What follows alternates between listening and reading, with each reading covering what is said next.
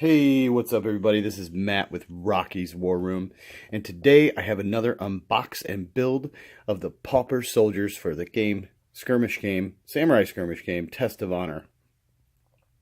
Basically what I'm going to do is I'm going to show you the contents, and then I'm going to put it together in lightning speed, so you guys can see how easy it is to put these models together and get them on the table. Obviously you got to paint them. I will probably end up doing some painting tutorials as well in the future. But let's get cracking here. So this one here is the Pauper soldiers. They're samurai, archer master, and Japanese archers and musketmen. Now in the box, it has 18 cards, 11 figures total, 10. This is samurai symbol.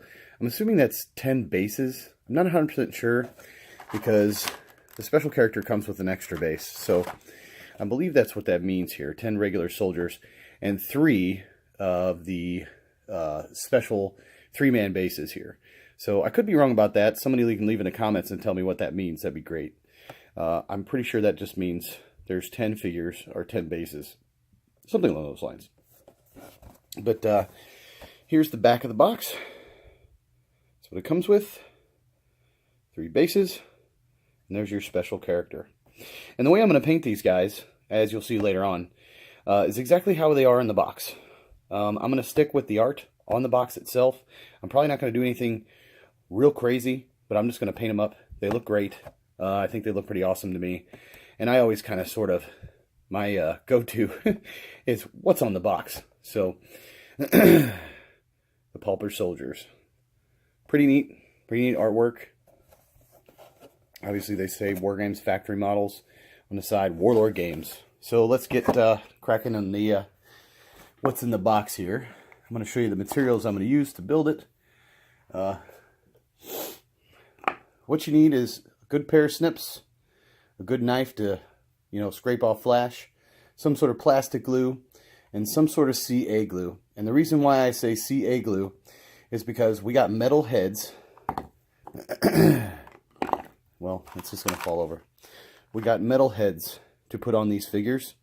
And plastic glue just is not going to cut it.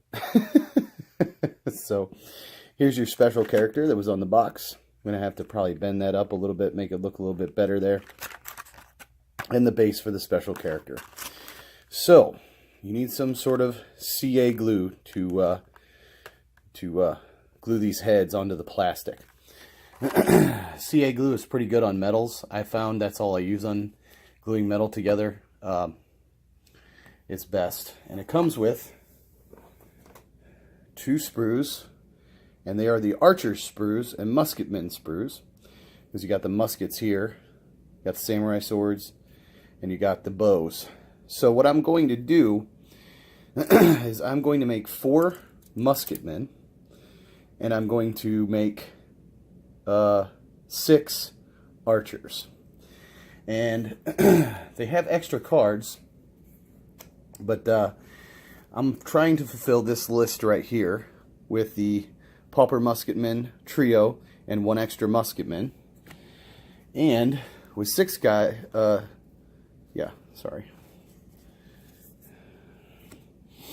with the 6 guys, I'm trying to fulfill a 3-man archer team times 2. So, I don't know what this is doing here. They come with extra cards. Of course, there's the character there. That's 7 points. This comes to 10 points, 13 points, 13, I'm not good at math sometimes, 16, 18 points total with this right here. And I can grab another archer from the original box art to fulfill one of these Pauper cards right here, and that's why I believe you got extra cards. So that's what we got here. So I'm going to break these off the sprue, get them all laid out here, so you can see what I have and how they're laid out, and then I'm going to put them together really fast. So back in a second.